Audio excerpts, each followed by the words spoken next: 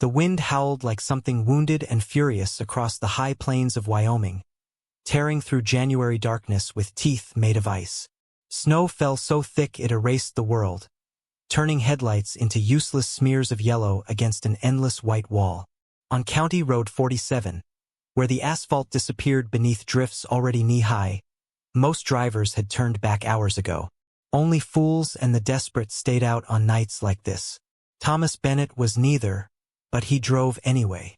Before we jump back in, tell us where you're tuning in from, and if this story touches you, make sure you're subscribed, because tomorrow, I've saved something extra special for you.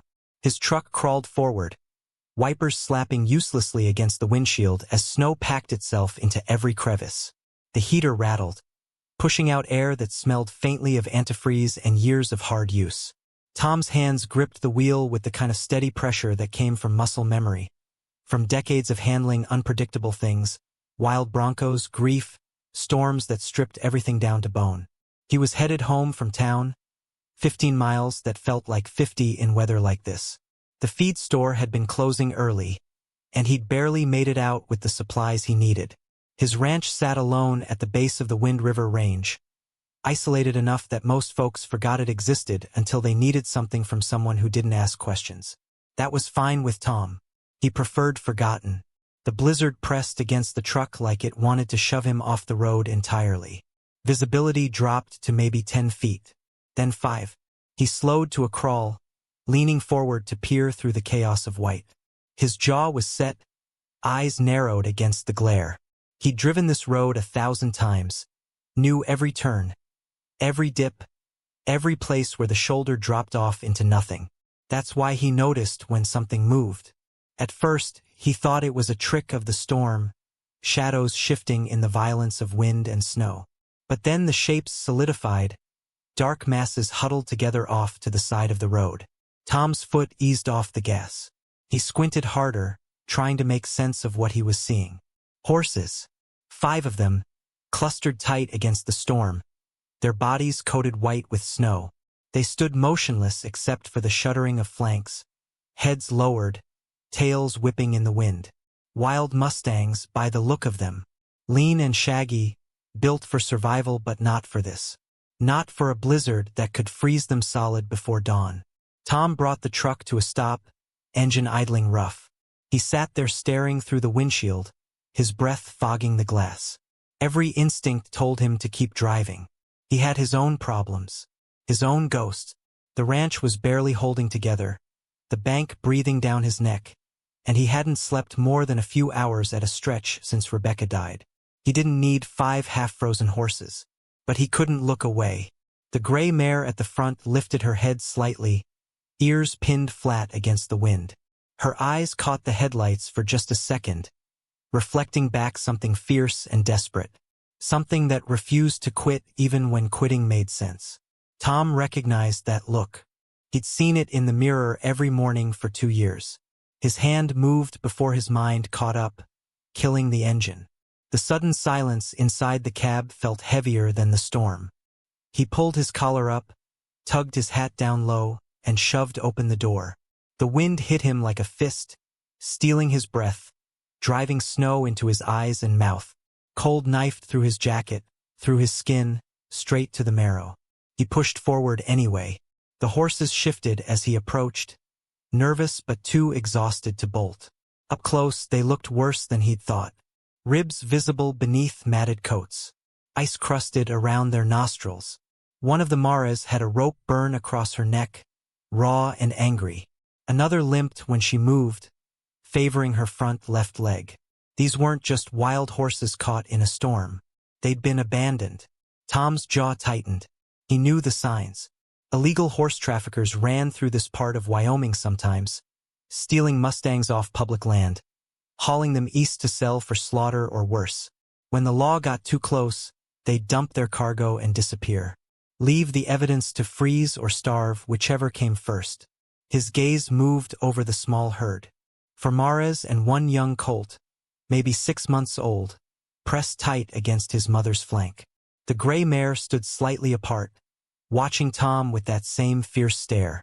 She was the leader, the one keeping them together. Winter, he thought suddenly. That's what I'd call you. The wind screamed louder, and Tom realized he was standing in the middle of a blizzard, having a conversation with himself about naming horses he couldn't afford to save. He should leave. Drive home. Let nature take its course. But Rebecca's voice whispered through his memory, soft and steady like it always had been. You've got a good heart, Tom. Don't let the world convince you otherwise. He swore under his breath, clouds of vapor torn away by the wind. Then he turned back to his truck. The ranch had been Tom's whole life once. 40 acres of stubborn Wyoming soil, a barn that leaked in 3 places, corrals that needed mending every spring, and a 2-bedroom house that held more silence than furniture. He'd built it with Rebecca, back when they were young and stupid enough to think love and hard work could conquer anything. For a while it had. Tom had ridden rodeo in his 20s, chasing prize money across the Western Circuit. He'd been good, too. Good enough to make a name, good enough to walk away with enough cash to buy this land outright. Rebecca had loved the isolation, the way the mountains rose up behind the property like guardians, the way you could stand on the porch at sunrise and not see another human soul for miles. They'd planned for horses. A small breeding operation, maybe. Nothing fancy, just honest work raising good stock. But then the cancer came, quiet and cruel, and plans turned to dust. She'd lasted 18 months. Tom had lasted longer, but only in the technical sense. He still woke up, still fed the handful of cattle he kept, still fixed fences and hauled water and did all the things that needed doing. But he'd stopped caring whether any of it mattered. The ranch became a place to exist, not live. Until tonight, standing in the blizzard, staring at 5 doomed horses, Tom felt something crack open inside him. Not hope exactly. Hope was too bright, too fragile. This was something darker and more stubborn. A refusal. The same refusal he saw in the gray mare's eyes. He couldn't save Rebecca, couldn't turn back time or rewrite the ending. But maybe he could do this one thing. Tom climbed back into the truck and grabbed the lead ropes from behind the seat. He kept emergency supplies in the bed, tarps and blankets, and a come-along he used for pulling fence posts.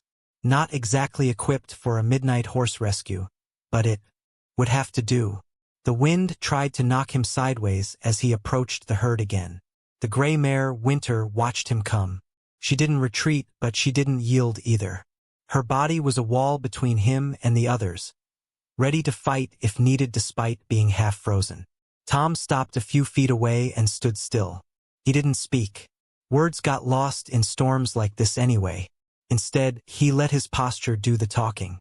Shoulders loose, hands visible, no sudden movements. He'd learned this language in the rodeo, working with animals that had been broken too hard or not enough. You couldn't force trust. You could only offer it and wait. The mare's ears flicked forward. Just once. Just barely. Tom took one slow step closer. The colt whinnied, high and frightened, and the mare shifted to shield him. But she didn't run. Behind her, the other maras huddled tighter, steam rising from their bodies in ghostly clouds. They were running on empty, every reserve burned through just staying upright. They wouldn't last another hour out here. Tom pulled a handful of grain from his pocket, the emergency stash he kept for his own animals. He held it out flat on his palm, arm extended. The wind scattered half of it immediately, but the scent carried. Winter's nostrils flared. She took one. Preparing and narrating this story took us a lot of time. So if you are enjoying it, subscribe to our channel. It means a lot to us. Now back to the story. One cautious step forward, then another. Her muzzle was soft and cold against his hand when she finally reached him. She lipped at the grain carefully, eyes never leaving his face. Tom stood perfectly still, barely breathing, while she decided whether he was worth the risk. When she finished, she didn't pull away. Tom reached up slowly and rested his other hand against her neck. Ice crackled under his fingers. Her coat was frozen solid in places, but underneath he could feel the hammering of her heart, fast and desperate. He leaned close, lips near her ear, and spoke just loud enough to be heard over the storm. "I've got you." The mare shuddered. Then, impossibly, she leaned into his touch. Something in Tom's chest, Something that had been locked tight for 2 years, shifted. Not open. Not yet, but no longer quite so frozen. He slipped the lead rope over Winter's neck with practiced ease, his fingers working despite the cold that made them clumsy. She accepted it without resistance, too exhausted to protest. The other Maras watched this exchange with wary attention, instinct warring with desperation. Tom knew he couldn't lead all 5 at once. The truck bed could maybe hold 2 if he was lucky, but these were full-grown horses, not ponies. And in a blizzard with visibility near zero, trying to herd them on foot was suicide. He'd have to make multiple trips. The thought was almost laughable. The ranch was 15 miles back the way he'd come, and the storm was getting worse. But standing there with Winter's rope in his hand, feeling her weight lean slightly against him, Tom realized he'd already made his choice back when he'd stopped the truck. No point second-guessing it now. He secured Winter to the trailer hitch, then turned his attention to the mare with the rope burn. She was smaller than the others, a bay with white stockings and eyes that had gone dull with shock. Tom approached her the same way, slow and steady, offering grain and patience in equal measure. She came to him more easily than Winter had, desperation overriding caution. He got a second rope on her and tied her alongside the gray mare. The remaining 3 horses, including the colt and his mother, would have to follow on foot or wait. Tom made the decision fast. The colt wouldn't survive separation from his mother, and neither would make it without the herd. He'd have to lead all 5 together and pray they had enough left in them to keep moving. He climbed into the truck and started it, then crept forward at walking pace. Winter and the bay mare stumbled after, their hooves slipping on ice-packed asphalt.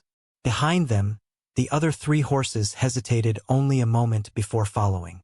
The colt stayed glued to his mother's side, his small body nearly invisible against her bulk. The journey back was a nightmare painted in white and black. Tom couldn't see more than a few feet ahead. The horses stumbled repeatedly, their strength failing. Twice Winter went down on her knees, and Tom had to stop completely, get out and coax her back upright. His hands went numb. His face felt like raw meat. Ice formed in his beard and eyebrows, weighing down every blink. But he kept going. The storm raged around them like it wanted to erase this small act of defiance from the world. Wind tore at the horses' manes and tails. Snow piled up faster than they could push through it. At one point, Tom lost sight of the road entirely and had to navigate by feel, trusting instinct and memory to keep them from driving into a ditch. Hours passed, or maybe only one. Time stopped meaning anything beyond the next 100 yards, the next breath, the next step forward. Then, through the chaos, Tom saw the shape of his barn. The relief hit him so hard his knees nearly buckled. He guided the truck through the gate he'd left open that morning by sheer luck, then brought them all into the relative shelter of the barn's lee side. The building blocked the worst of the wind, creating a pocket of almost calm that felt like stepping into another world. Tom killed the engine and just sat there for a moment, hands shaking on the wheel. He'd done it. Against all sense, against all odds, he'd gotten them home. Now came the hard part, keeping them alive. The barn smelled of old hay and weathered wood, scents that had once meant home to Tom but had faded into background noise over the past 2 years.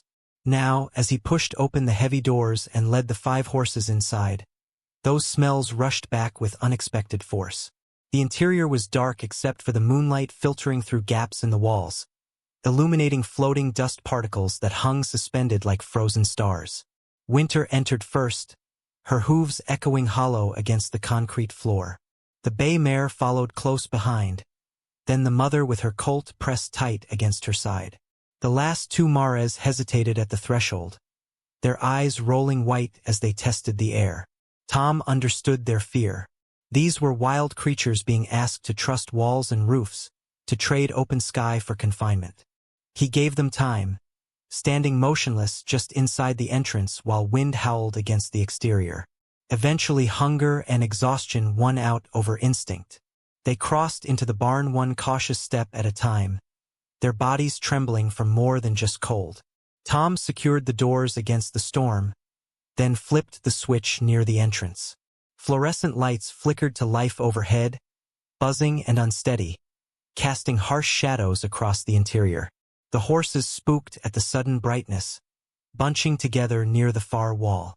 The colt whinnied, high and frightened, and his mother lowered her head to nuzzle him with sounds meant to soothe. The barn was larger than it looked from outside, built decades ago, when ranches still ran big operations. Tom used maybe a quarter of the space now, the rest given over to stored equipment and memories he avoided confronting. But tonight the empty stalls would serve their purpose. He had 5 horses and 6 stalls, enough room to separate them if needed, though he suspected they'd be calmer kept together. He moved slowly, giving them space to adjust while he gathered supplies. His hands were still numb from the cold, fingers refusing to bend properly as he hauled buckets from the storage room. Water first. Everything else could wait, but dehydration would kill them faster than starvation. The pump in the corner groaned when he cranked it, protesting the late hour and the cold that had seeped into its mechanisms. Water came out in rusty spurts at first, then cleared to something close to clean. Tom filled 3 buckets and carried them to the horses, setting them down several feet away to avoid spooking them further. Winter approached first, as he'd known she would. Leadership meant taking risks the others wouldn't. She sniffed the bucket suspiciously, then lowered her muzzle and drank. The sound was urgent, desperate, water splashing over the rim as she pulled great gulping mouthfuls. Tom watched her throat work, counting the swallows, monitoring how fast she drank. Too much too quickly could make her sick, but she seemed to sense her own limits, pulling back before the bucket emptied. The others followed her lead, crowding around the remaining buckets with similar desperation. Tom fetched more water, then more again, until finally they began to slow, their immediate thirst satisfied. Only then did he allow himself to really look at them, to assess the damage beyond what he'd seen on the roadside. The bay mare with the rope burn was in the worst shape.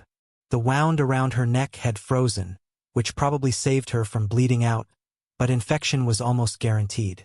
Her ribs stood out like barrel staves, and when she shifted her weight, Tom saw old scars crisscrossing her hindquarters.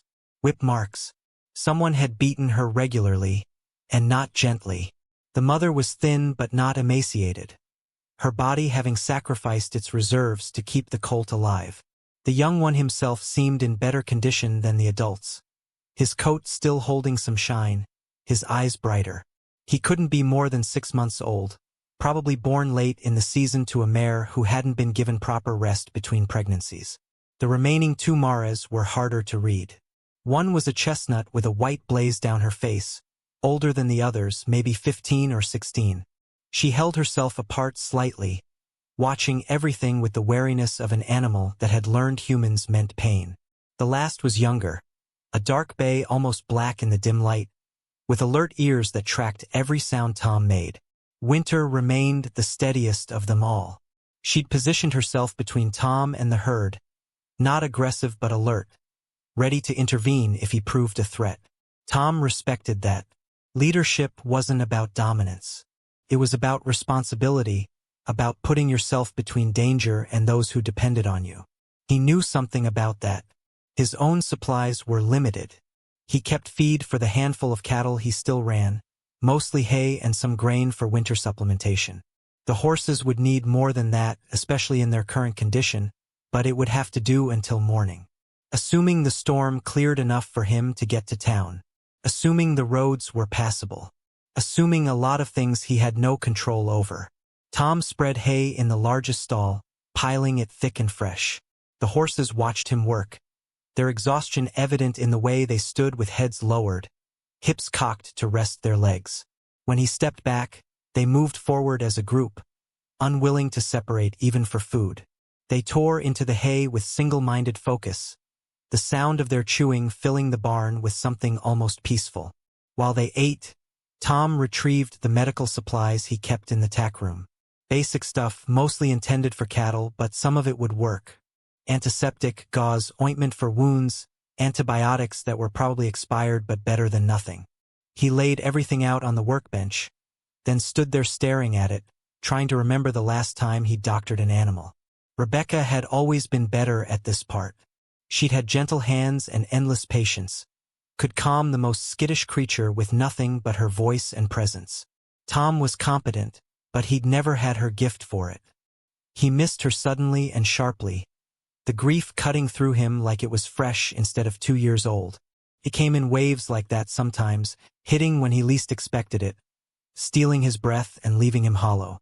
Tom gripped the edge of the workbench until his knuckles went white, forcing himself to breathe through it. The horses needed him functional, not drowning in memories he couldn't change. He grabbed the supplies and headed back to the stall. Winter lifted her head as he approached, hay still dangling from her mouth. The others continued eating, too hungry to care about his presence. Tom knelt beside the bay mare with the rope burn, moving slowly so as not to startle her. She flinched when his hand touched her neck but didn't pull away, too tired to run. The wound was worse up close. The rope had cut deep, exposing raw flesh beneath matted fur. Infection had already started despite the cold, the edges of the cut inflamed and weeping. Tom cleaned it as gently as he could, though the mare's muscles tensed beneath his hands with each touch. He murmured nonsense while he worked, keeping his voice low and steady, the same tone Rebecca had used. It seemed to help. The mare's breathing slowed, her body relaxing incrementally. Tom applied antibiotic ointment thick enough to seal the wound, then wrapped it with gauze he knew would probably be rubbed off before morning. Still, it was something. A start. He moved through the rest of the herd methodically, checking each horse for injuries he'd missed in the initial chaos. The chestnut had a stone bruise on her left front hoof, probably why she'd been limping. Tom cleaned it out carefully, removing debris that had lodged in the sensitive frog.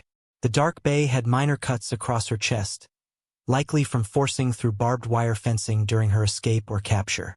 The colt was the healthiest of them all, but even he showed signs of stress. His gums were pale, and his temperature ran slightly elevated. Tom made a mental note to watch him closely. Young ones could go downhill fast, their systems not yet robust enough to handle prolonged trauma. By the time he finished, dawn was creeping through the gaps in the barn walls, turning the darkness gray. The storm had finally begun to ease, the wind dropping from a roar to a steady howl. Tom straightened, feeling every one of his 38 years in his back and knees. He needed sleep, needed food, needed to check on his cattle and make sure his house hadn't blown away. But he didn't move. Instead, he sank down onto a hay bale near the stall and just watched the horses. They'd finished eating and were beginning to doze where they stood, heads lowered, one hip cocked to rest a rear leg. The colt had collapsed entirely, sprawled in the hay with his mother standing guard over him. Winter remained awake, her eyes half closed but alert, monitoring both Tom and her herd with equal attention. Tom understood her vigilance. When you'd been betrayed enough times, sleep became a luxury you couldn't afford. Trust had to be earned in increments so small they were barely measurable, built up over days and weeks and months until finally, maybe you could close your eyes without fear. He wondered if he'd ever get there himself. The ranch house sat 50 yards from the barn, a squat structure that had weathered decades of Wyoming winters without complaint. Tom made his way there as full morning broke, the sky clearing to reveal the kind of crystalline blue that only came after violent storms. Snow had drifted against the porch, climbing nearly to the windows, but the house itself stood solid. Inside, everything was exactly as he'd left it. Too quiet, too empty. Tom shrugged out of his coat and hung it by the door, then stood in the entryway trying to remember what normal people did after rescue missions in blizzards. Probably ate something, maybe slept. He did neither. Instead, he pulled out his phone and stared at the screen, debating. Dr. Patrick Voss ran a large animal veterinary practice out of Cottonwood Creek, servicing ranches across a 100-mile radius. He was in his 60s now, gruff and perpetually underpaid, but he knew horses better than anyone Tom had ever met. The problem was it was barely 6 in the morning, and Tom would be asking him to drive 15 miles through storm aftermath for horses that weren't legally his and might not survive anyway. He made the call. Voss answered on the third ring, his voice rough with sleep and something that might have been irritation. Tom didn't waste time on pleasantries. He explained the situation in short, clipped sentences, sticking to facts. 5 horses. Abandoned in the blizzard. Multiple injuries. Needed professional assessment. There was a long pause on the other end of the line. Then Voss sighed, the sound crackling through the speaker. You got coffee on? I can make some. Then I'll be there in an hour. Roads are hell, but I've driven through worse. He hung up without waiting for thanks, which was fine by Tom. He didn't have words for gratitude anyway. Didn't know how to express the relief that flooded through him at the prospect of someone else sharing this burden, even temporarily. Tom made coffee in the ancient percolator Rebecca had insisted on keeping despite its tendency to produce something closer to motor oil than actual beverage. The familiar smell filled the kitchen, bitter and strong, cutting through the house's stale air. He poured himself a cup and stood at the window overlooking the barn, watching smoke curl from the building's ventilation shaft. He'd left a space heater running in the stall, a small concession to warmth that probably wouldn't make much difference but felt necessary anyway. The horses were alive because of choices he'd made in the span of a few heartbeats. Now he had to keep them that way, which meant food and medicine and time he wasn't sure he possessed. The ranch's finances were a disaster. Tom had let things slide after Rebecca died, missing payments, ignoring notices, operating on autopilot while the world moved on without him. He had maybe 3 months before the bank decided foreclosure made more sense than patience. 5 horses would accelerate that timeline considerably. He should care more about that than he did. Tom finished his coffee and headed back to the barn. The horses stirred as he entered, ears swiveling toward the sound of his boots. They'd spread out slightly during his absence, the colt now nursing while his mother dozed on her feet. Winter watched him approach with those same fierce eyes, assessing, always assessing. Tom grabbed a rake and started mucking the stall, giving the horses space while performing the mindless labor that had sustained him through the worst of his grief. There was something honest about physical work, about sweat and sore muscles and tangible progress you could measure. It didn't fix anything, but it filled the hours. By the time he heard the rumble of Voss's truck, Tom had cleaned the stall, spread fresh bedding, and redistributed hay so each horse could eat without competition. He met the veterinarian at the barn doors, taking in the man's weathered face and the battered medical bag slung over his shoulder. Voss didn't bother with greetings. He pushed past Tom into the barn, his eyes scanning the horses with professional detachment. Tom watched him work, saw the moment assessment shifted to something closer to anger. The vet's jaw tightened as he took in the rope burn, the whip scars, the overall condition of animals that should have been thriving instead of merely surviving. Traffickers? Voss asked, though it wasn't really a question. That'd be my guess. And you just happened to find them. Tom shrugged. Wrong place, right time. Voss snorted, something that might have been approval or disgust, hard to tell. He approached Winter first, moving with the same careful deliberation Tom had used. The mare allowed his examination, though her muscles stayed tense throughout. Voss checked her teeth, her eyes, ran his hands down her legs, listening with a stethoscope to her heart and lungs. She's the leader, he said, more statement than question. Kept them together when they should have scattered. Yeah. She's also pregnant. Tom's head snapped up. What? Voss pointed to the mare's belly, which Tom had assumed was just poor body condition. Maybe 3 months along, hard to say for certain without an ultrasound. Whoever had her was breeding her despite her age and condition. Criminal negligence doesn't begin to cover it. The information settled over Tom like fresh snow, cold and heavy. A pregnant mare meant complications he hadn't anticipated, additional care requirements, veterinary bills that would multiply. It also meant a 6th horse, eventually another mouth to feed and life to protect. He should have felt overwhelmed. Instead, he felt something closer to determination. Voss moved through the rest of the herd with similar efficiency, his examination thorough but quick. He spent the longest with the bay mare, cleaning and redressing her neck wound with supplies that made Tom's first aid attempt look childish by comparison. The chestnut stone bruise got special attention, Voss packing the hoof with medicated clay and wrapping it securely. When he finished, he straightened and fixed Tom with a look that was equal parts respect and concern. They'll live, probably. The bay's infection is the biggest worry. Needs antibiotics for at least 10 days. The colt's young enough he might bounce back fastest, assuming his mother has enough reserves to keep nursing. Winter's pregnancy complicates everything. She needs better nutrition immediately or she'll abort. How much?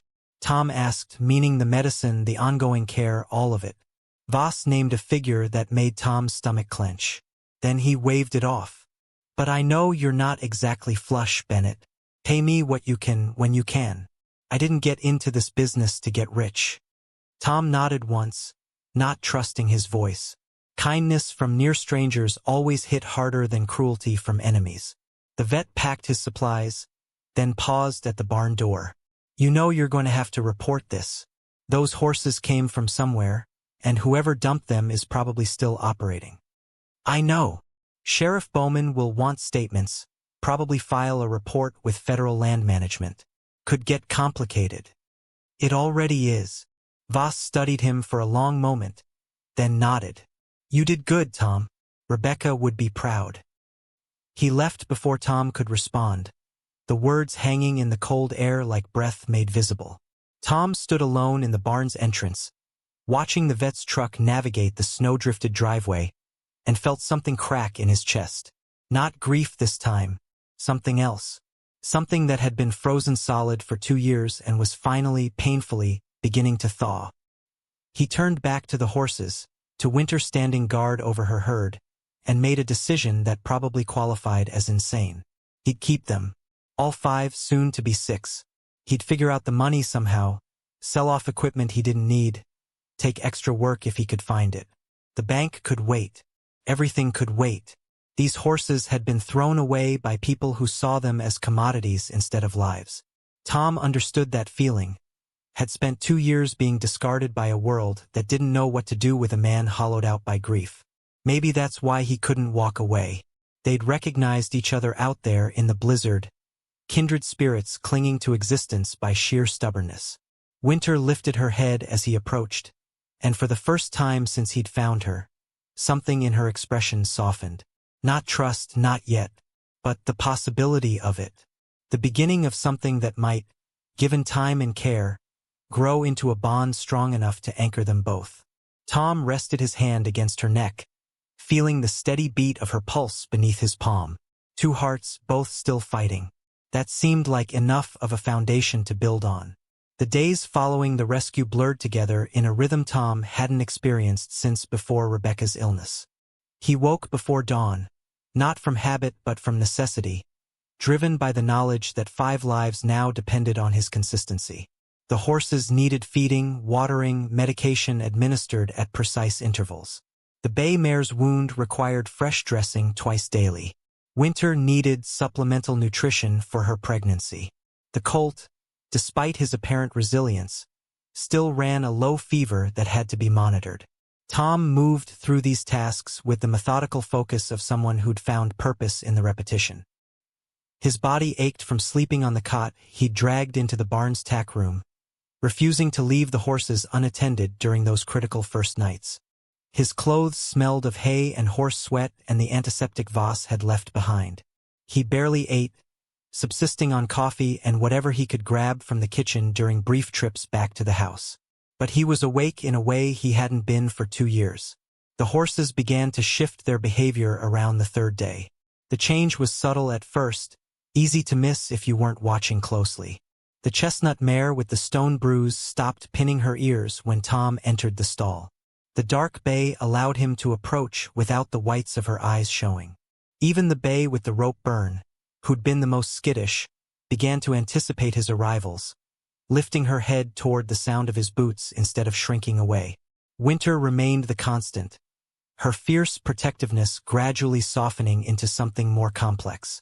She still positioned herself between Tom and the herd, but now she did it with less tension, as though the role had shifted from defensive to observational. She watched him work with an intelligence that bordered on unnerving, tracking his movements, learning his patterns, making decisions about threat levels that the others deferred to without question. Tom found himself talking to her more than the others, explaining what he was doing as he worked. It started unconsciously, just filling the silence the way Rebecca used to fill it when she'd worked alongside him. But it became something more deliberate as he noticed Winter's ears swiveling toward his voice, her body language responding to his tone even when the words themselves carried no meaning. "Need to check that hoof again," he'd murmur, approaching the chestnut with his hands visible. "I know it hurts, but infection's worse than discomfort." Or to the bay mare while changing her dressing. "Healing's not pretty. Scars tell stories, but they don't have to define the ending." The words were as much for himself as for them. On the fourth morning, Tom woke to find the colt standing directly outside the tackroom door, his small body blocking the entrance. The young horse regarded him with curious eyes, no fear in his stance, just the bold investigation of youth. His mother stood nearby, watching but not intervening, allowing her son this exploration. Tom sat up slowly, keeping his movements small. The colt didn't retreat. Instead, he took a tentative step forward, nostrils flaring as he tested Tom's scent. Another step. Then his soft muzzle bumped against Tom's knee, searching for treats or simply contact. Hard to say which. Tom held perfectly still, barely breathing, while the colt explored his presence. The small horse lipped at his jacket, tugged experimentally on his shirt sleeve, then lost interest and wandered back to his mother. The entire interaction lasted maybe 30 seconds, but Tom felt its weight settle over him like a benediction. Trust, when freely given by something that had every reason to withhold it, carried a gravity that demanded acknowledgement. He rose and began the morning routine, but something had shifted in him. The horses weren't just surviving anymore. They were beginning to heal, not just physically but in the deeper ways that mattered. And maybe, possibly, so was he. The first real complication arrived on day 6, though Tom should have anticipated it. He was in the barn replacing the bay mare's bandage when he heard the crunch of tires on snow-packed gravel. A vehicle approaching fast, engine roaring in a way that spoke of either urgency or aggression. Tom straightened, his hands automatically wiping on his jeans as he moved toward the barn entrance. The truck that pulled into his yard was new, or new enough that it still carried the shine of regular washing and care. Black paint, oversized tires, chrome details that caught the winter sun. The kind of vehicle that announced its owner valued appearances and had the money to maintain them. Tom didn't recognize it, which meant either a stranger or someone he'd successfully avoided during his 2 years of isolation. The driver's door opened and a man stepped out, mid-40s, broad across the shoulders with the kind of build that came from manual labor layered over with too many steaks and beers. His face was weathered but carried an expression of entitlement that immediately set Tom's teeth on edge. He wore expensive boots, the kind ranchers bought when they wanted to look the part without earning it through actual work. Behind him, a second man emerged from the passenger side. Younger, leaner, with nervous energy that manifested in constant movement. His eyes darted around the property, cataloging, assessing, never settling on one thing for long. Tom stepped out of the barn, positioning himself between the strangers and the horses. He didn't speak, just waited with the patience of someone who'd learned that silence often revealed more than questions. The older man approached with the confidence of someone accustomed to getting what he wanted. His smile was all teeth and no warmth. "Thomas Bennett?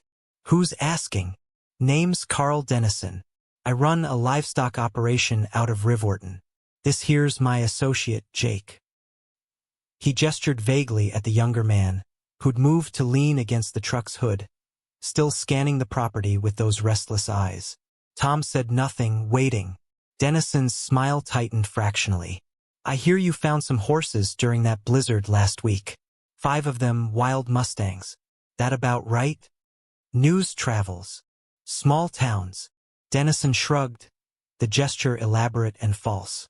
"Thing is, those horses belong to me. Got the paperwork and everything, legitimate purchase from a government auction. They got loose during transport. Real unfortunate situation. Been looking for them ever since." Tom felt his jaw clench, muscles tightening across his shoulders. He kept his voice level, neutral. "That's so. It is. So I'm here to collect my property and thank you for your trouble. Maybe offer a small reward for your time and effort." Dennison pulled a wallet from his jacket, making a show of thumbing through bills. Say $500? More than fair for a few days' work. The casual dismissal in his tone, the assumption that money solved everything, made something cold and hard settle in Tom's chest.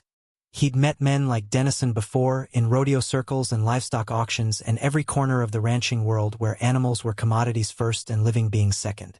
They wore their cruelty with smiles and paperwork, legal in the technical sense while being morally bankrupt in every way that mattered. Tom crossed his arms, his posture shifting into something less welcoming.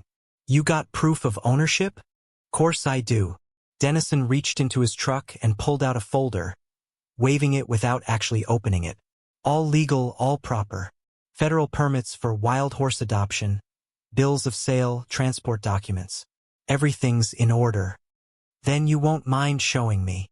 Something flickered across Dennison's face, irritation breaking through the friendly facade. But he recovered quickly, opening the folder and pulling out papers that looked official enough at first glance. Tom took them, scanning the text with growing skepticism. The dates were recent, the signatures barely legible, and the descriptions of the horses were generic enough to apply to almost any Mustangs. "These horses are in rough shape," Tom said, handing the papers back. "Malnourished, injured, showing signs of prolonged abuse. That match up with your unfortunate transport situation?" Dennison's expression hardened, the pretense of friendliness evaporating. "What happens during legal transport is my business. Point is, they're mine and I'm taking them back."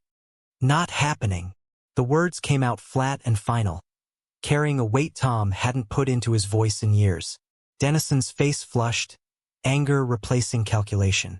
Jake straightened from his lean against the truck, his hand moving toward his belt in a gesture that might have been unconscious or might have been threat. "You got no right to keep my property," Dennison said, his voice rising. "I've got legal documents, I've got purchase records. What you got? Good intentions? That don't mean shit in a court of law." Tom took a step forward, his own anger rising to meet Dennison's. "I've got 5 horses that were left to die in a blizzard. I've got rope burns and whip scars and malnutrition that didn't happen during one unfortunate transport. I've got a pregnant mare who's been bred too young and too often because men like you see dollar signs instead of lives." "Careful, Bennett." Dennison's voice dropped to something dangerous. "You're talking about theft. I can have the sheriff out here in an hour, have you arrested for keeping stolen property. That ranch of yours already on thin ice with the bank. You really want legal troubles on top of it?" The threat landed with precision, revealing that Dennison had done his research before arriving. He knew about Tom's financial situation, knew about the vulnerability that came with grief and isolation. He was banking on Tom being too broken, too worn down to fight back. He'd miscalculated. "Get off my property," Tom said quietly, "and don't come back without a court order." Dennison stared at him, recalculating, weighing options. Finally he smiled again, but this time it carried nothing but malice. "You're making a mistake.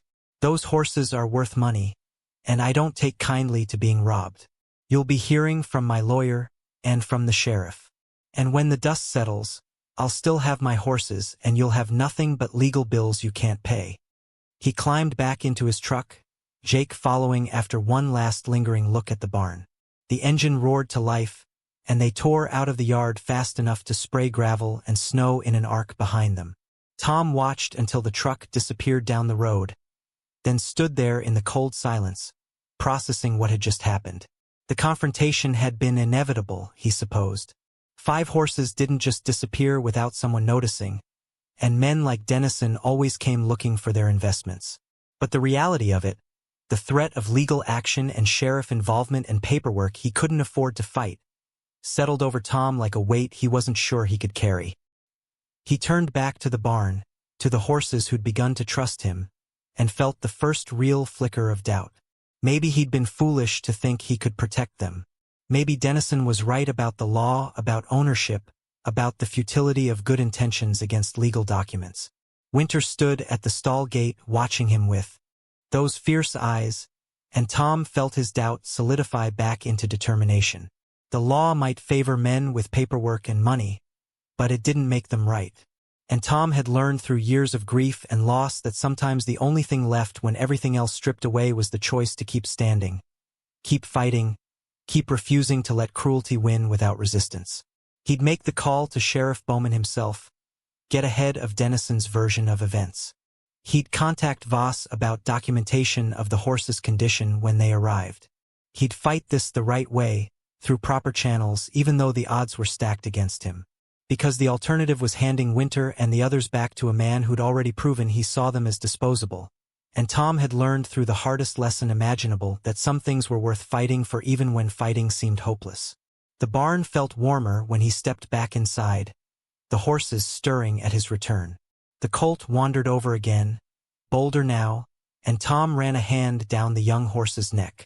The gesture was meant to comfort the animal, but Tom found himself drawing strength from the contact instead, from the simple reality of life continuing despite threats and complications. He had work to do. Sheriff Rita Bowman arrived 3 hours later, her patrol vehicle taking the curves of Tom's driveway with practiced ease. Tom had been expecting her, had used the intervening time to document everything he could think of. Photos of the horse's injuries, notes on their condition when he'd found them, Voss's initial assessment and treatment plan. He'd organized it all into a folder that now sat on his kitchen table, waiting. Bowman was in her late 40s, compact and solid. With gray threading through hair she kept pulled back in a practical bun. She'd been sheriff for 6 years, elected on a platform of common sense and fair treatment, and she'd earned respect by actually delivering on those promises. Tom didn't know her well, their paths rarely crossing during his years of isolation, but he knew her reputation.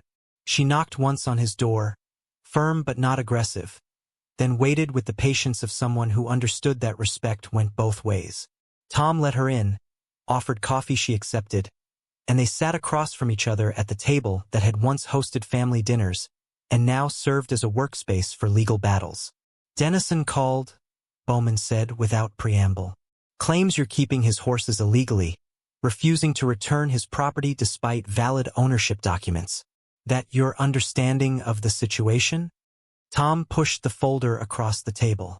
My understanding is that 5 wild horses were abandoned on County Road 47 during a blizzard, left to die.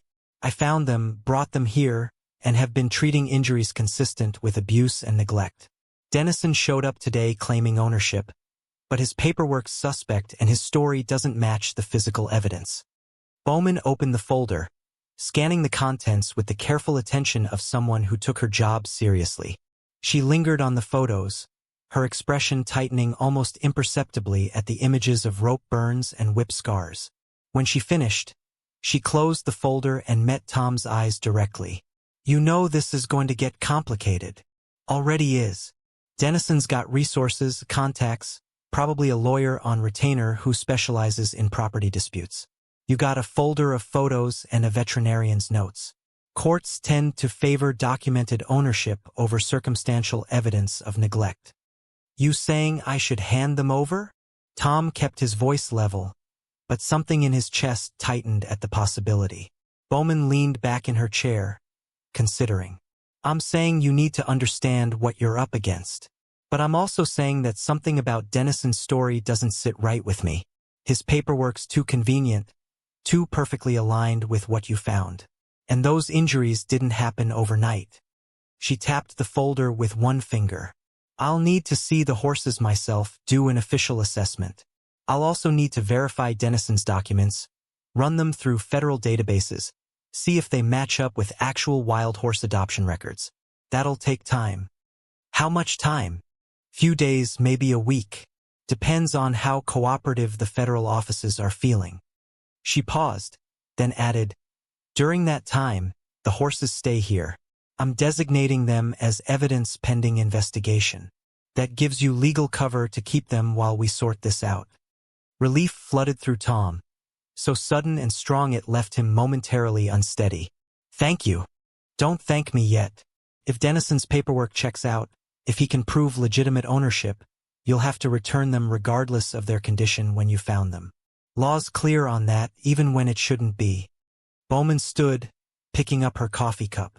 But between you and me, I've dealt with men like Dennison before. They operate in gray areas, exploit loopholes, count on people being too tired or too poor to fight back. Sometimes they get away with it. Sometimes they don't. She moved toward the door, then paused. "Show me the horses?"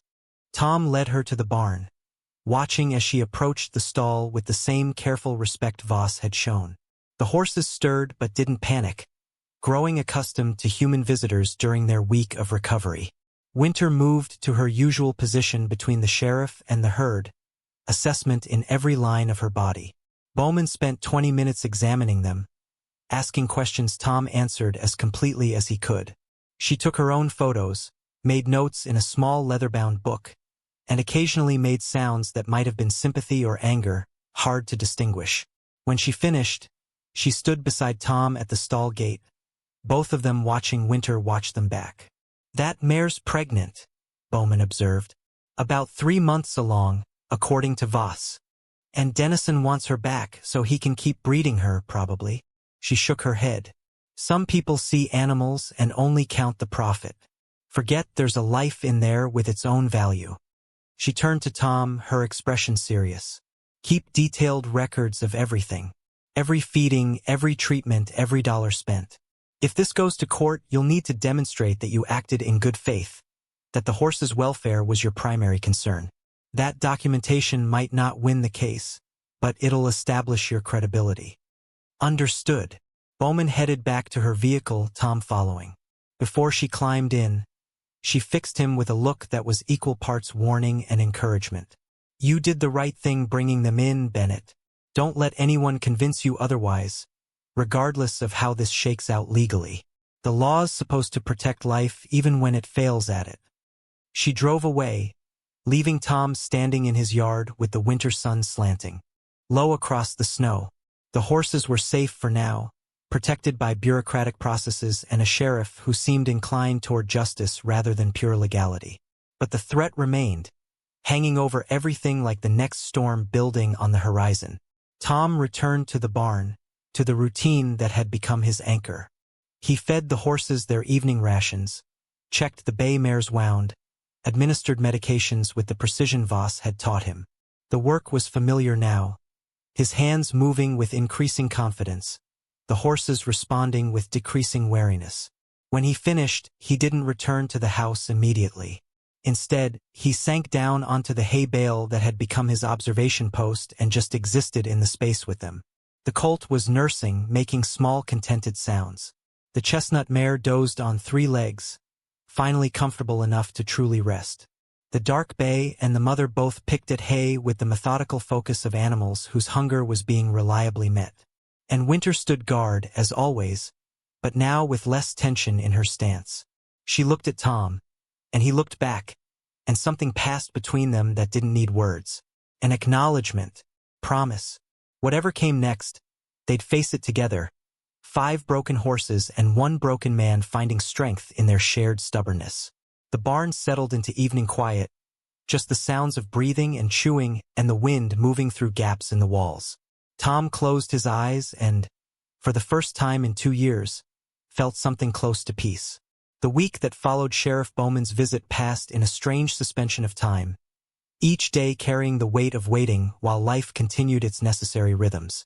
Tom fell deeper into the routine of care, his body learning the patterns until they became almost automatic. Wake before dawn, check on the horses, administer medications, feed and water, muck stalls, repeat. The work filled his hours and quieted the noise in his head that had been his constant companion since Rebecca died. The horses continued their slow transformation. The bay mare's neck wound finally began to close properly, new pink skin forming beneath the scabs. The chestnut's limp disappeared as the stone bruise healed. Even the colt gained weight, his ribs no longer quite so prominent beneath his fuzzy winter coat.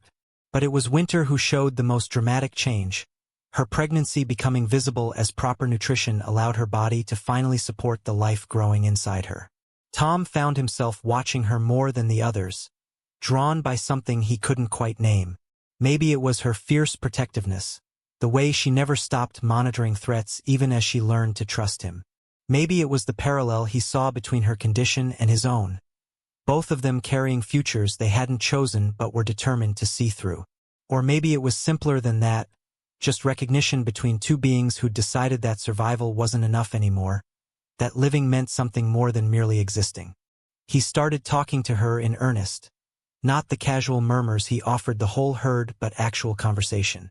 He told her about Rebecca, about the cancer that had stolen her away piece by piece until nothing remained but memory and absence. He told her about the accident that had preceded the illness, the farm equipment malfunction that had taken a neighbor's son while Tom watched helplessly. He told her about the guilt that had layered over grief until he couldn't separate them anymore, until breathing felt like stealing air from people more deserving.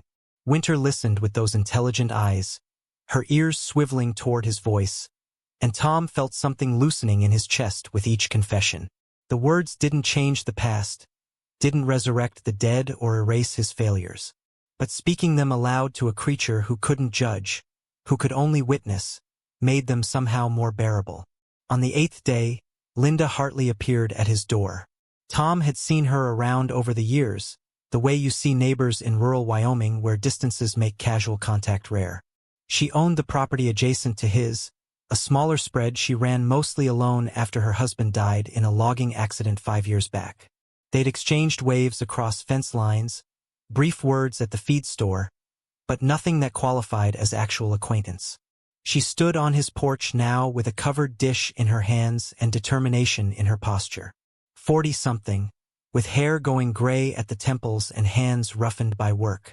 Her daughter stood beside her, maybe 15 or 16, holding her own contribution of what looked like fresh bread wrapped in cloth.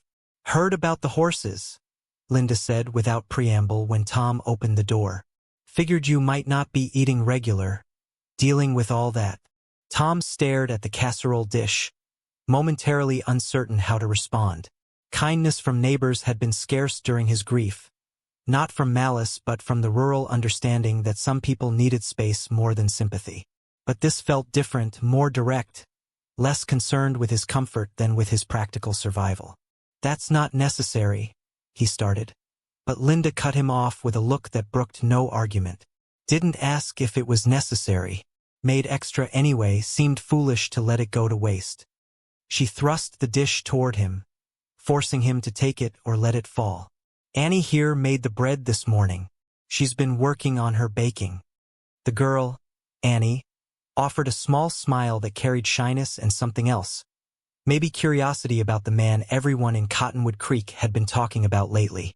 Tom accepted the bread with a nod of thanks, still processing this unexpected intrusion into his solitude. "Heard Dennison came by?" Linda continued, her tone shifting to something more serious. "That true?"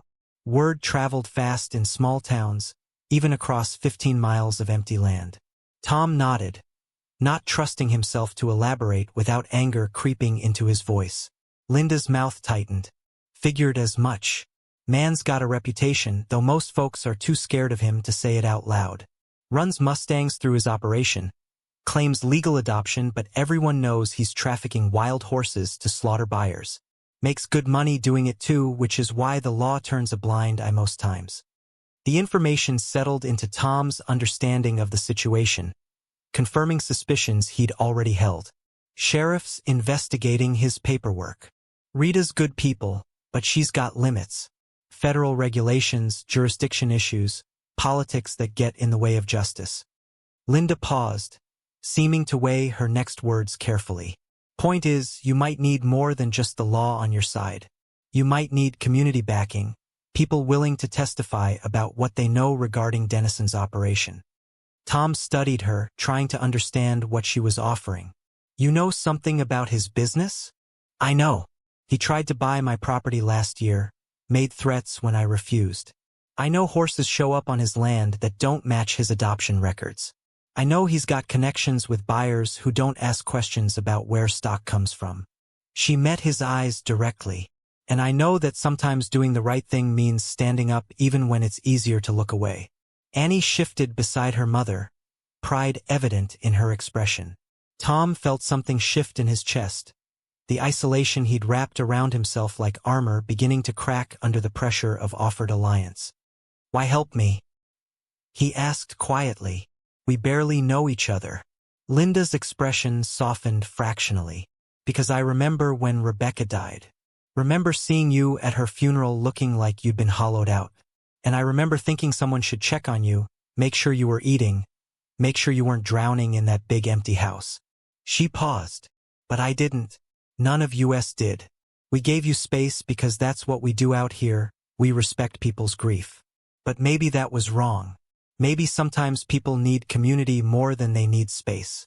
The words hit harder than Tom expected, forcing him to confront the reality that his isolation hadn't been entirely self-imposed. The community had let him fade into the background, had accepted his absence as preference rather than pain. But now, with 5 horses depending on him and a fight brewing that he couldn't win alone, they were reaching out. Or at least Linda was. I'd appreciate any help you can offer, Tom said finally, the words feeling rusty but genuine. Linda nodded, satisfied. Good. I'll make some calls, talk to folks who might have useful information. Meanwhile, you take care of those horses and yourself. Can't fight if you're running on empty. She turned to leave, Annie following, but paused at the porch steps. One more thing. Cottonwood Creek Community Center has a town meeting scheduled for next week. Might be worth attending. Let people see you're not the hermit they remember. Faces and voices matter when things get legal. They left before Tom could respond, Linda's truck kicking up snow as it navigated back down his driveway. Tom stood on the porch holding a casserole and bread, feeling off balance in a way that wasn't entirely uncomfortable. The weight of isolation had been familiar, almost comforting in its predictability. But this connection and community and the possibility of not facing everything alone carried its own strange gravity. He brought the food inside and discovered the casserole was still warm, steam rising when he lifted the cover. Chicken and vegetables and gravy, the kind of home cooking he hadn't bothered with since Rebecca died. He ate standing at the counter, mechanically at first, then with increasing appreciation as flavors registered. The bread was good too, hearty and fresh, clearly made by someone still learning but trying hard. When he finished, Tom washed the dishes carefully, already planning when he could return them. The gesture felt important, maintaining the thread Linda had extended rather than letting it snap through neglect. The horses greeted him when he returned to the barn, their routine now including anticipation of his arrivals. Winter moved forward immediately, her muzzle searching his pockets for the treats he'd started carrying. Tom obliged, producing an apple slice that she crunched with evident pleasure. Had a visitor, he told her, falling into the pattern of conversation that had become natural. Neighbor lady, Linda Hartley, brought food and information in equal measure. Says the town might be more supportive than I thought. Winter's ears swiveled, tracking his voice as he moved through the stall checking on each horse. The bay mare's wound was nearly healed, just a raised line of scar tissue remaining. The chestnut walked sound, no hesitation in her gait. The dark bay had gained enough weight that her ribs no longer showed prominently. The colt was growing like spring grass, all legs and energy, testing his boundaries while his mother watched with patient tolerance. 5 horses who'd been left to die and were now thriving. Tom felt a fierce pride in that, in what they'd accomplished together through nothing more complex than consistent care and refusal to give up. Sheriff Bowman returned on day 10 with news that was both encouraging and concerning. Tom met her in the yard again, noting the tightness around her eyes that suggested complicated developments. They sat at his kitchen table with coffee neither of them touched while she laid out what her investigation had uncovered. Dennison's paperwork is falsified, she said without preamble. Or at least partially so. The adoption permits reference wild horse gather numbers that don't exist in federal databases. The signatures from Bureau of Land Management officials are forged, decent forgeries but still fake. He's been running this scam for at least 2 years, maybe longer. Relief flooded through Tom, so strong it left him momentarily dizzy. So the horses are legally mine? Not exactly. Bowman's expression suggested this was where things got complicated. The horses are wild Mustangs, which means they fall under federal jurisdiction. Technically, Dennison never legally owned them, but neither do you. They belong to the public trust, managed by BLM. I've contacted the regional office, and they're sending someone to assess the situation. Tom felt the relief curdle into something colder. They'll take the horses? Depends. If BLM determines the horses need rehabilitation and can't survive in the wild, they might allow you to keep them under a private care agreement. But that's not guaranteed. They might decide the horses should go into the adoption system, be placed with approved sanctuaries or other caretakers. The thought of losing them after everything, after the rescue and the recovery and the bond that had formed, made Tom's chest tighten. When's this assessment happening? 3 days. Agent's name is Marcus Webb. He's got a reputation for being fair but by the book. Your best chance is demonstrating that the horses are better off staying here than being moved again. Bowman finally picked up her coffee, took a sip, grimaced at the temperature. There's more.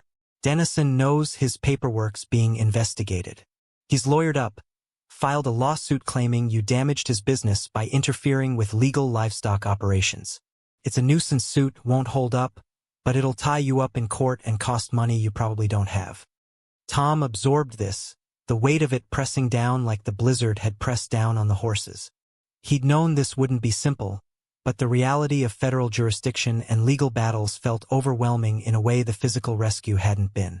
What do I do? Bowman leaned forward, her expression serious. You fight. You document everything you've done for these horses. You get Voss to testify about their condition then and now. You show Webb that you're the best option they've got. And you let the community help. Linda Hartley's been making calls, stirring up support. She's not the only one tired of Dennison's operations. She stood, preparing to leave, then added, "Town meetings tomorrow night. Might be worth showing up. Let people see you're not backing down." After she left, Tom sat alone with the knowledge that the fight was just beginning. The horses were safe for now, but that safety was temporary, contingent on bureaucratic decisions made by people who'd never seen Winter's fierce protectiveness or the colt's growing confidence or the way trust had slowly replaced fear in 5 pairs of eyes. He returned to the barn, to the routine that steadied him, and found Winter waiting as always. She pressed her head against his chest, and Tom wrapped his arms around her neck, holding on like she was the anchor rather than him being hers. "Not giving up," he whispered into her mane. "Whatever comes, we face it together." The Cottonwood Creek Community Center was more crowded than Tom had seen it in years. People filled the folding chairs in uneven rows, conversations buzzing like disturbed bees. Tom arrived late deliberately, avoiding the social requirements of early arrival. He slipped into a seat near the back, hoping to observe rather than participate.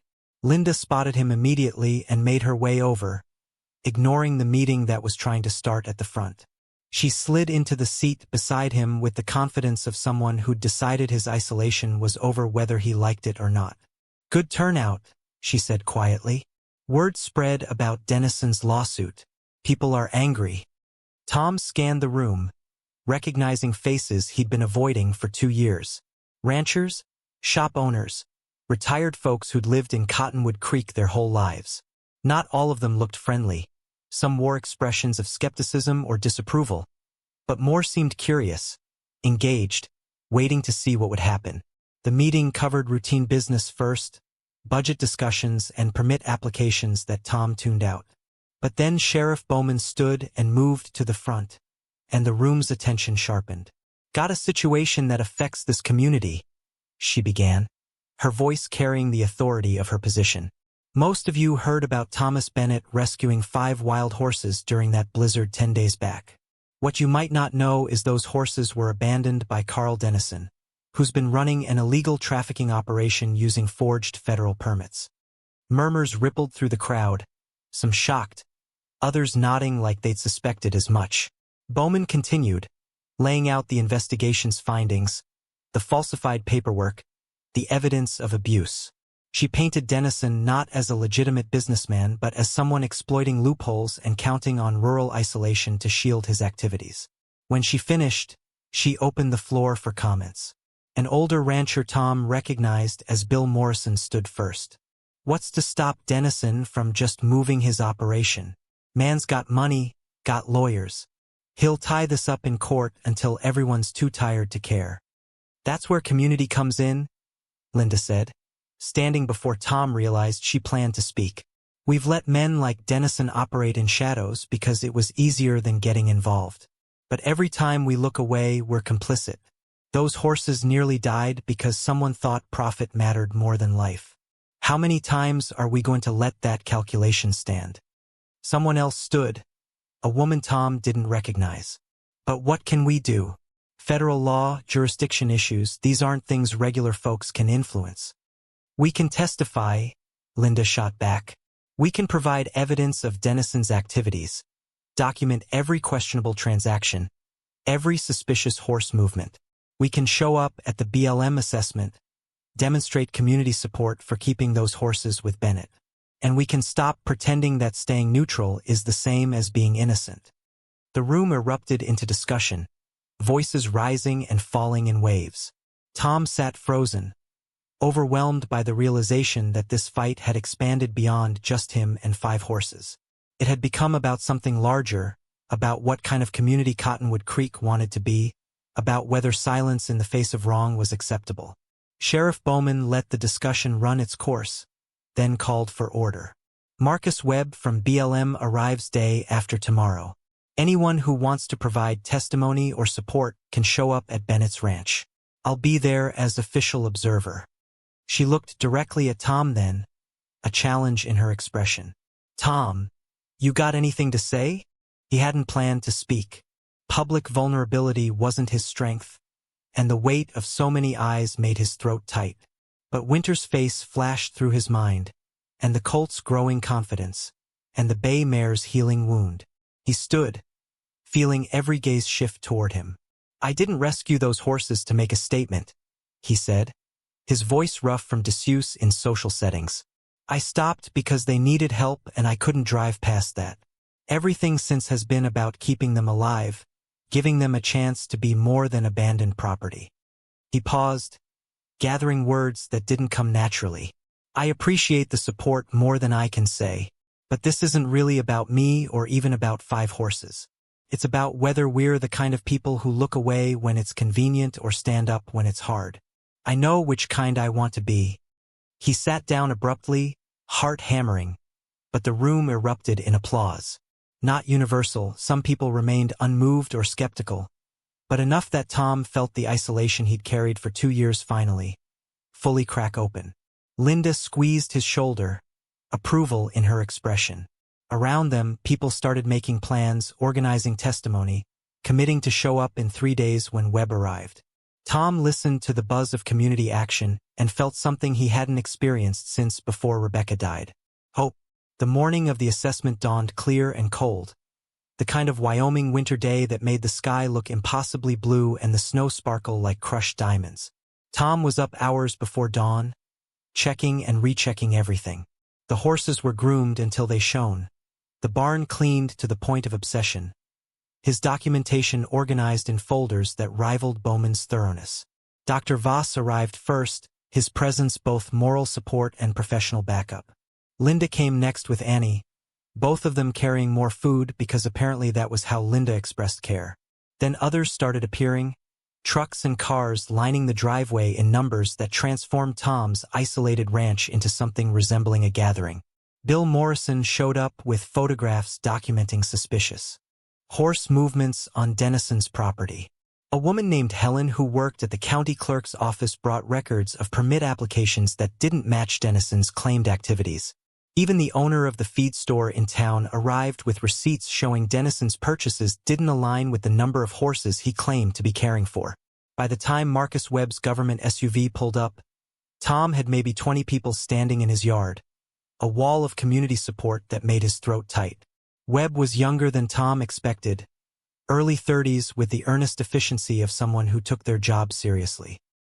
He carried a tablet and wore practical outdoor gear, his expression neutral as he surveyed the gathered crowd. This is quite the welcoming committee, he said, directing the comment at Sheriff Bowman.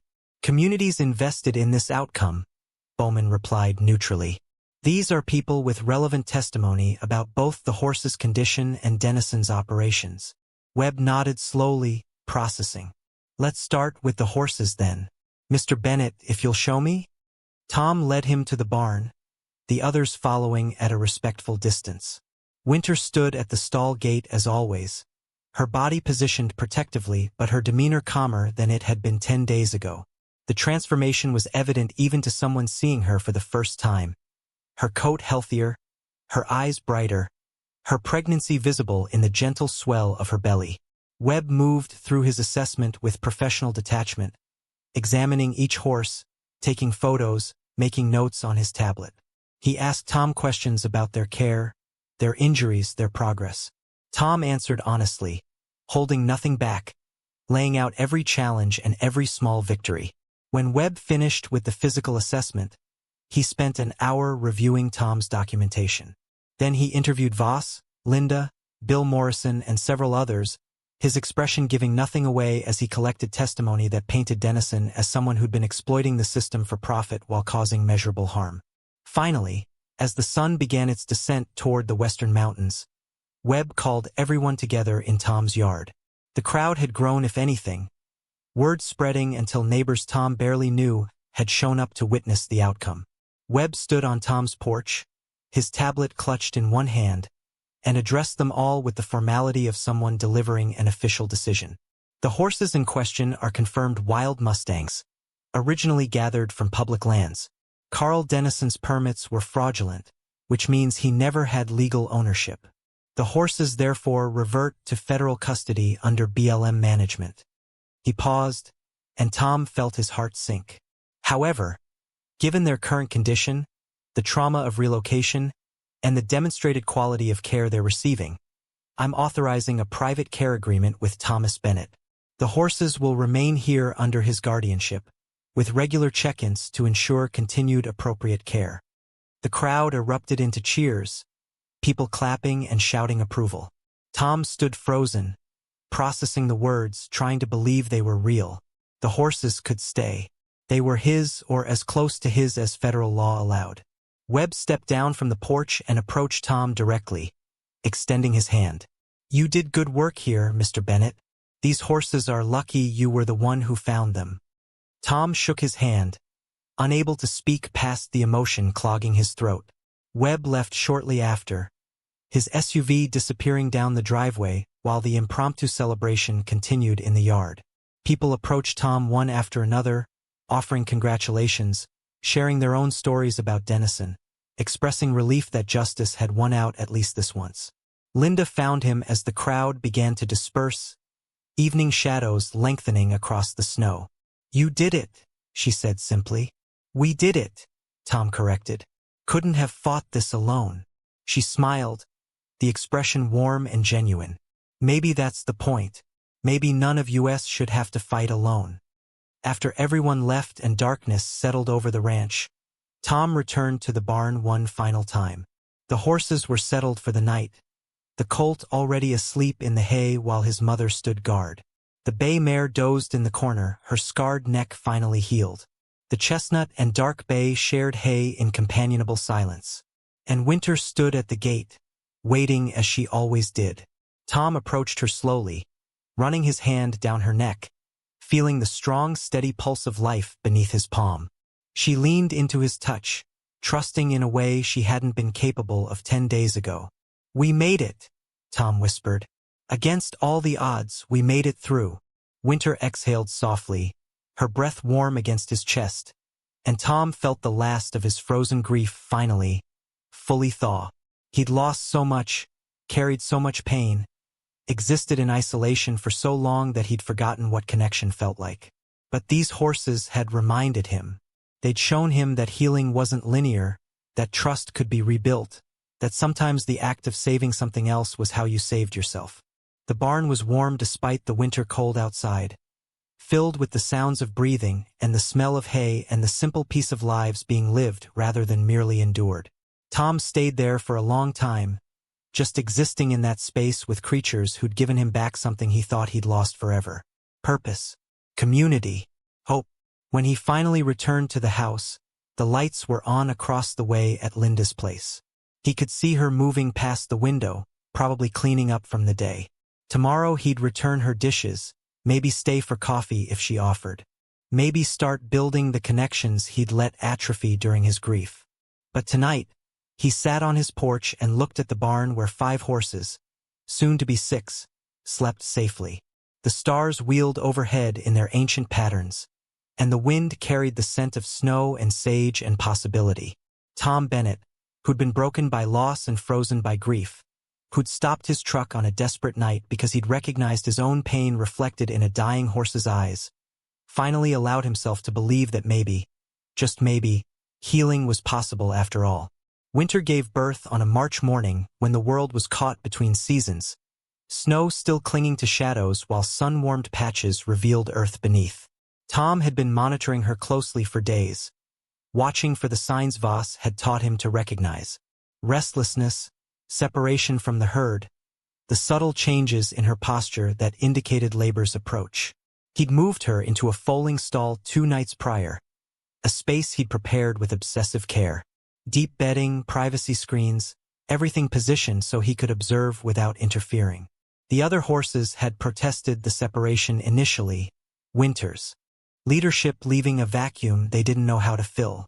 But Tom had positioned them in adjacent stalls where they could see and smell her, maintaining connection while giving her the space birth demanded. Labor began just after midnight. Tom woke to the sound of her movement, the restless pacing that signaled the process had started. He dressed quickly and made his way to the barn through darkness that smelled of thawing earth and possibility. Winter was down when he entered, her sides heaving with contractions that rippled across her body in visible waves. Tom positioned himself where she could see him but far enough back to avoid interfering. She turned her head toward him briefly, acknowledgement in her eyes, then focused inward on the ancient work her body knew how to do. The foaling progressed faster than Tom expected. Within an hour, 2 small hooves appeared, encased in the translucent sac that protected new life. Then a muzzle, delicate and perfect. Winter pushed with grunts that echoed through the barn, primal sounds that spoke to something older than human civilization. The foal slid into the world in a rush of fluid and membrane, landing in the straw with the awkward grace of all newborns. Winter turned immediately, breaking the sac with gentle teeth, licking her baby with broad strokes meant to stimulate breathing and circulation. Tom held his breath, waiting for the signs of life that would confirm everything was okay. The foal's chest heaved once, twice, then released a sound somewhere between a cough and a whinny. Its eyes opened, dark and alert, taking in this strange new existence beyond the womb's safety. A filly, Tom realized as Winter continued her cleaning. Small and perfect, with her mother's gray coloring already visible beneath the birth fluid. She tried to stand almost immediately, legs splaying in directions evolution hadn't intended, collapsing back into the straw with the determination of something that knew standing was essential even if the mechanics remained mysterious. Winter encouraged her with soft knickers, positioning her body to provide a wall the filly could brace against. After 6 attempts that left Tom's muscles aching in sympathy, the foal finally managed to lock her knees, standing on legs that trembled with effort but held. Tom felt tears on his face and didn't bother wiping them away. New life, emerging into a world that had seemed so empty just months ago, represented something he'd thought lost forever. Rebecca had wanted children beyond the one they'd briefly had, the pregnancy that ended in miscarriage and broke something in both of them. They'd planned to try again, but then the cancer came and plans became irrelevant. Watching this filly take her first wobbling steps toward her mother's milk, Tom felt the full weight of what had changed since that blizzard night. He'd rescued 5 horses expecting nothing beyond basic survival, maybe assuaging guilt over lives he'd failed to save before. But they'd given him something infinitely more valuable in return. They'd given him reasons to wake up, to try, to believe that broken things could heal if given proper care and time. The filly nursed successfully after several clumsy attempts, her tail switching with satisfaction as milk flowed. Winter stood patient and steady, her own exhaustion visible but secondary to her offspring's needs. Tom watched them for another hour, making sure the afterbirth delivered properly, that Winter showed no signs of complications, that the filly's breathing remained strong and regular. When he finally left them to rest, Dawn was breaking across the eastern sky in shades of rose and gold. The other horses stirred as he passed their stalls, sensing the change in their herd's composition. The colt, now 8 months old and almost as tall as his mother, pressed his nose against the gate in curiosity. Tom paused to scratch behind his ears. This young life he'd saved from freezing now healthy and growing into his potential. The ranch was waking around him, cattle lowing in distant pastures, birds beginning their morning songs. Tom stood in the barn entrance breathing in air that smelled of animals and hay and the particular sweetness of new beginnings. His body ached from a night without sleep. His emotions ran too close to the surface, but underneath everything he felt something he'd almost forgotten existed: contentment. Linda arrived mid-morning with coffee and pastries, her visits having become regular enough that Tom no longer found them surprising.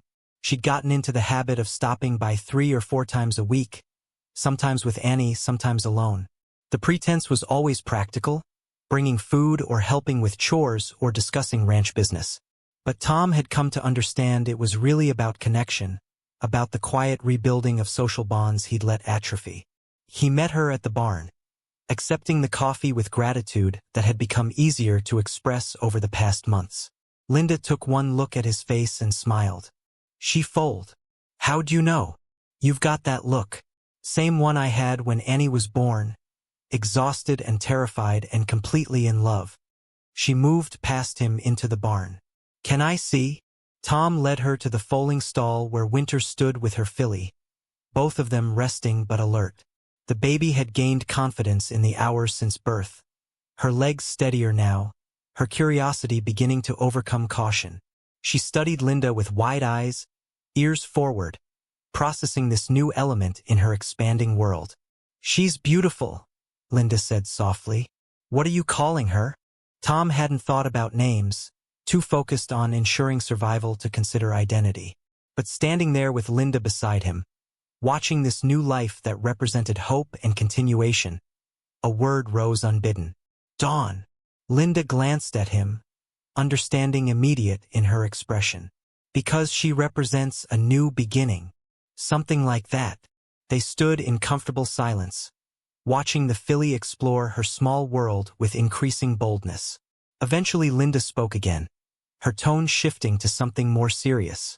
"Heard from Rita yesterday. Dennison's lawsuit got dismissed. Judge said it had no merit. He's also facing federal charges for the forged permits, likely looking at prison time." Relief washed through Tom, though the news felt almost anticlimactic after months of waiting. The legal battle had hung over everything like a persistent storm, threatening but never quite breaking. Now it was done, resolved in a way that felt almost too easy after all the anxiety it had generated. That's good news. Better than good. It means you're clear, legally speaking. The horses are yours under that BLM agreement. No one can challenge that anymore. Linda paused. Also means you can start thinking about the future instead of just surviving the present.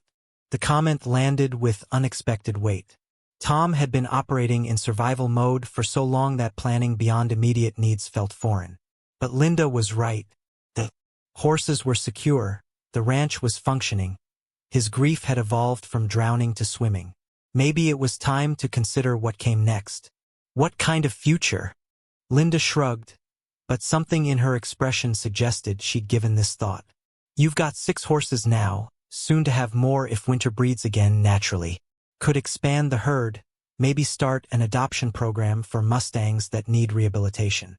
God knows there's demand for that kind of thing, and you've proven you're good at it." The idea settled into Tom's mind, taking root in soil that had been barren for years. A purpose beyond mere existence, a way to turn his personal healing into something that could help others.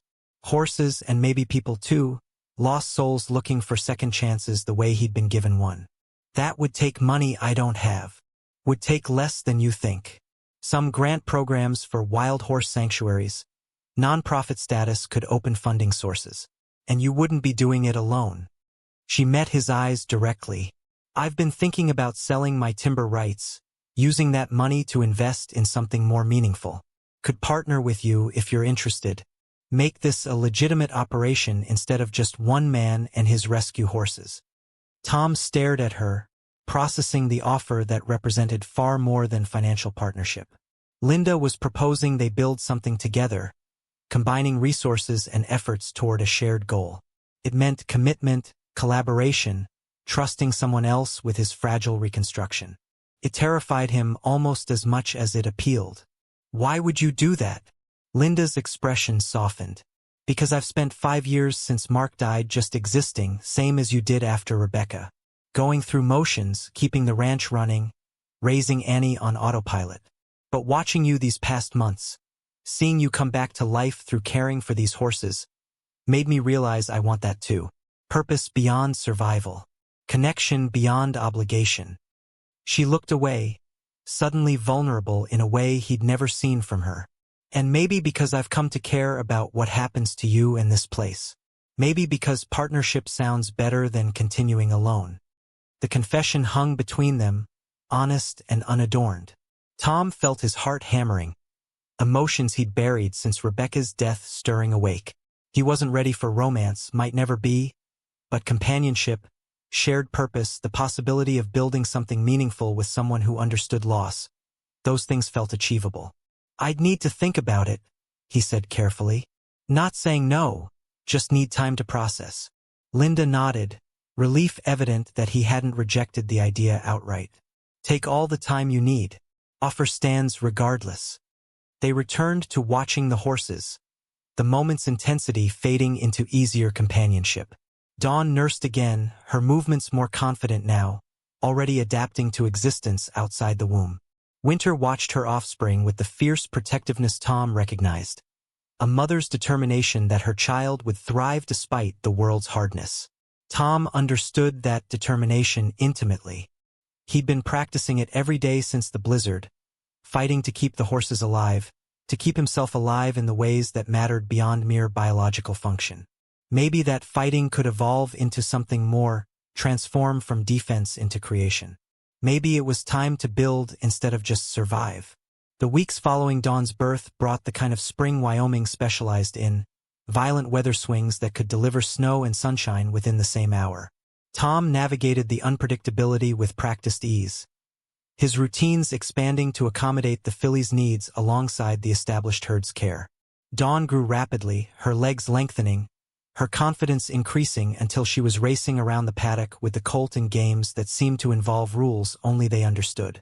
Winter watched these displays with patient tolerance, grazing nearby but always monitoring, ready to intervene if play turned dangerous. The other horses had accepted Dawn's presence with varying degrees of interest. The bay mare, fully healed from her rope burn, seemed particularly drawn to the filly, often positioning herself as a secondary guardian when Winter needed to rest. The chestnut maintained her aloof distance, but Tom caught her watching the youngsters play with something that might have been longing. The dark bay simply continued being herself, steady and unflappable, the herd's anchor when emotions ran high. Tom found himself spending hours just observing them, learning their individual personalities, the subtle ways they communicated, the hierarchies and alliances that governed their social structure. Winter remained the unquestioned leader, but the others had developed their own relationships independent of her authority. The colt and his mother formed their own subunit. The bay mare had bonded with the chestnut despite initial wariness, and the dark bay served as everyone's friend and no one's particular ally. Watching them navigate relationships made Tom more conscious of his own social rebuilding. Linda's visits had increased in frequency, often extending into shared meals or afternoon work sessions where they tackled ranch projects together. Annie had started spending time with the horses too, her teenage awkwardness melting away around the animals in a way Tom recognized from his own youth. He'd attended 2 more town meetings, no longer the hermit people whispered about but an active member of the community. Still quiet, still more comfortable with animals than crowds, but present in a way he hadn't been since Rebecca's funeral. Dr. Voss had become something approaching a friend, stopping by weekly ostensibly to check on the horses but really to share coffee and conversation. He'd mentioned retirement during one visit, suggested Tom might consider training as a large animal vet technician, providing services the area desperately needed. Every interaction pushed Tom further from isolation, building a network of connection that made the ranch feel less like a lonely outpost and more like part of a living community. On a particularly warm April afternoon, while Tom was repairing a section of fence with Linda's help, she brought up the partnership idea again. They'd been working in companionable silence, the only sounds coming from tools and distant horse calls, when she straightened and wiped sweat from her forehead. "Been doing research on that sanctuary idea," she said casually, though nothing about her tone suggested actual casualness. "Contacted some nonprofits that work with wild horse rehabilitation. Turns out there's real need for facilities like what we could build here. BLM's got hundreds of horses in holding pens, costing taxpayers millions annually. Private sanctuaries that can take overflow get federal support, plus donation funding from wild horse advocacy groups." Tom hammered another nail before responding. "Processing the information. We talking full operation? Staff, facilities, the whole structure? Eventually, maybe, but could start small, take on 3 or 4 horses at a time for rehabilitation before adoption. Use your experience and success with Winter's herd as proof of concept. Build reputation and infrastructure gradually." Linda paused. "I've already talked to a nonprofit lawyer about setting up the organization, getting 501c3 status. Would need your agreement to move forward, but the preliminary work's done." Tom set down his hammer, turning to face her fully. The offer had solidified from vague possibility into concrete proposal, complete with research and legal groundwork. Linda had invested time and effort into this vision, betting on his willingness to participate before he'd even agreed. "You're serious about this? Wouldn't have done the work otherwise." She met his eyes. "Look, I know you're cautious about commitment, about letting people into your life after losing Rebecca. I understand that, truly. But this isn't about replacing what you lost or forcing you into something you're not ready for. It's about taking what you've already built and expanding it into something that helps more than just one herd." She gestured toward the paddock where the horses grazed in afternoon sun. "Those 6 horses are alive because you refused to drive past suffering. How many more could benefit from that same refusal? How many people could learn from watching you work, could find their own healing through connecting with traumatized animals?" The vision she painted was compelling, appealing to something deep in Tom's nature that Rebecca had always understood. He'd never been someone who sought recognition or reward, but purposeful work that made tangible difference, that aligned with his gut-level values. That kind of work had always sustained him. "I'd want full say over animal welfare decisions," he said slowly, testing boundaries. "Money's important, but the horse's well-being comes first, always." Linda's smile was immediate and genuine. "Wouldn't have it any other way. You'd be director of animal care, final authority on all welfare issues. I'd handle business operations, fundraising, public relations, all the parts you hate. And if it doesn't work, if we can't make it sustainable, then we tried something worthwhile and learned from the failure. Better than wondering what could have been." She extended her hand, formal despite their months of growing friendship. "So what do you say, partner?" Tom looked at her offered hand, at the calluses that matched his own, at the determination in her expression that reminded him why he'd started trusting her in the first place. This was risk, opening himself to collaboration and the vulnerability it required. But standing alone had nearly destroyed him, and the past months had taught him that healing happened through connection, not isolation. He clasped her hand firmly. "Partners." The sanctuary took shape over the following months with a speed that surprised Tom. Linda's organizational skills and business acumen, combined with his practical knowledge and growing reputation, created momentum that carried them through obstacles that might have stopped either one working alone. They registered as Wind River Wild Horse Sanctuary, a nonprofit dedicated to rehabilitating and adopting out Mustangs from federal holding facilities. Linda secured a grant from a wild horse advocacy foundation, enough to build proper facilities and cover operating expenses for the first year. Tom began the certification process Voss had suggested, adding formal credentials to his experiential knowledge. The first 3 horses arrived in June, transfers from a BLM facility in Nevada that was over capacity. All 3 were Mares, younger than Winter but showing similar signs of trauma from rough handling during their capture and processing. Tom approached their rehabilitation with the same patient methodology he'd used with his original herd, building trust incrementally, never forcing progress faster than they could handle. Annie started volunteering regularly, discovering she had her mother's organizational talents and her own intuitive understanding of horse behavior. She documented the new Mars progress through photography and written journals, creating materials Linda used for fundraising and public education. Voss became the sanctuary's official veterinarian, donating his time in exchange for Tom's assistance on other calls around the county. The arrangement benefited them both, Tom gaining experience and income while Voss got reliable help as he moved toward retirement. The sanctuary's reputation spread through quiet word of mouth and Linda's strategic outreach. By September, they had a waiting list of potential adopters, people who wanted Mustangs but recognized they needed professional rehabilitation first. 2 of the June arrivals had been successfully adopted to experienced horse owners, their transformations documented in before and after photos that served as powerful testimony. Winter remained the sanctuary's unofficial mascot, her story told and retold in grant applications and donor appeals. Dawn grew into a confident yearling, her gray coat darkening toward the silver that marked her mother. The original herd expanded to 8 with the birth of the colt sibling, another successful foaling that Tom coached through with increasing confidence. The ranch transformed physically too. New fencing divided pastures into rotation systems that prevented overgrazing. A proper clinic building housed veterinary supplies and treatment areas. The barn received long overdue repairs, its roof patched, walls reinforced, interior updated with modern amenities, while maintaining its historic character.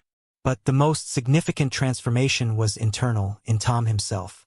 The man who'd stopped his truck during a blizzard, barely functioning through grief and isolation, had evolved into someone with purpose and community. He still carried Rebecca's memory, still had days when loss hit with renewed intensity, but it no longer defined his entire existence. He'd learned to live with grief rather than being consumed by it, to honor the past while building toward a future Rebecca would have approved of even if she couldn't share it. On the anniversary of that January blizzard, exactly 1 year after he'd found Winter dying in a ditch, Tom stood in the paddock watching his expanded herd graze in weak winter sun. 15 horses now, ranging from Dawn's young energy to Winter's maternal steadiness. Each one carried stories of abandonment or trauma, each one proof that neglect and cruelty didn't have to be permanent conditions.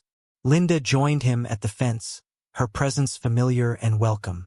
They'd settled into partnership that worked precisely because it remained undefined, flexible enough to accommodate whatever. Their relationship naturally became. Romance remained a possibility neither rushed toward nor ruled out, but friendship and shared purpose provided foundation enough for now. "Good year," she said simply. Tom nodded, unable to articulate everything those 2 words encompassed. A year of building and healing and discovering that life continued even after you thought it had ended.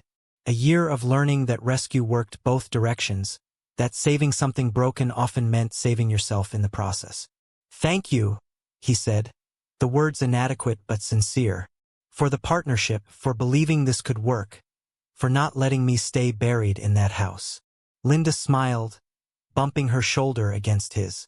"Thank you for stopping your truck, for being stubborn enough to fight when easier options existed, for showing this community what compassion looks like in practice instead of theory." They stood together in comfortable silence, watching horses who'd been discarded by a society that measured value in dollars rather than inherent worth. Each animal represented a choice, a moment when someone decided their life mattered enough to invest time and resources in care. Tom thought about all the choices that had led to this moment. The choice to stop during a blizzard, the choice to fight legal battles he couldn't afford, the choice to accept help when offering and receiving it felt equally uncomfortable, the choice to keep trying even when trying seemed futile. Every choice had mattered. Every small decision had accumulated into transformation. Winter lifted her head from grazing and walked toward the fence, Dawn following at her shoulder with the confident stride of youth. The gray mare stopped directly in front of Tom, pressing her forehead against his chest in the gesture that had become their greeting. He wrapped his arms around her neck, feeling the strong, steady pulse of life beneath his hands. "We made it," he whispered. Words meant for her and for himself and for everyone who'd fought alongside them. Against every odd, we made it through. Winter exhaled warm breath against his jacket, trusting and content. Dawn nuzzled his pocket searching for treats, found one, and crunched it with satisfaction. Behind them, the rest of the herd continued their peaceful grazing, living proof that broken things could heal, that abandoned lives could find purpose, that sometimes the act of extending compassion changed the giver as profoundly as the receiver. Tom stepped back from the fence as twilight began painting the sky in shades of purple and gold. The sanctuary's sign, newly installed last month, stood near the driveway entrance. Wind River Wild Horse Sanctuary, EST 2024, where second chances begin. Linda had designed the sign, but Tom had chosen the tagline. Because that's what this place represented, what Winter and her herd had taught him through their stubborn refusal to give up even when giving up would have been easier. Everyone deserved second chances. Every life carried value beyond its immediate utility. And sometimes salvation arrived not through grand gestures, but through simple choices made in desperate moments, decisions to stop when others drove past, to care when caring seemed pointless, to believe that hope could survive even in the coldest darkness. Tom turned toward the ranch house where lights glowed warm against gathering night. Linda and Annie were staying for dinner, a weekly tradition that had developed organically. The sanctuary's future stretched before them, full of challenges and possibilities in equal measure. More horses to rehabilitate, more lives to transform, more proof that compassion practiced consistently could change the world one small action at a time. He paused at the barn door for one last look at the herd. 15 horses who'd been thrown away by a society that forgot animals were living beings rather than commodities. 15 horses who now had safety, care, and the space to heal from whatever cruelty they'd endured. And one man who'd been saved by saving them, who'd found his way back from grief's edge by refusing to let others slip over that same precipice. The stars were emerging overhead, sharp and clear in Wyoming's vast sky. Tom breathed in air that smelled of horses and hay and the particular promise of winter giving way to spring. Tomorrow would bring new challenges, more work, the endless demands of running a sanctuary. But tonight he could rest in the knowledge that he'd done something worth doing, built something worth building, become someone worth being. The horses were safe. The sanctuary was thriving. And Tom Bennett, who'd once been too broken to imagine a future, had learned that healing was possible if you were stubborn enough to keep trying, brave enough to accept help, and wise enough to recognize that sometimes the lives you save end up saving you right back. Up next, you've got 2 more standout stories right on your screen. If this one hit the mark, you won't want to pass these up. Just click and check them out.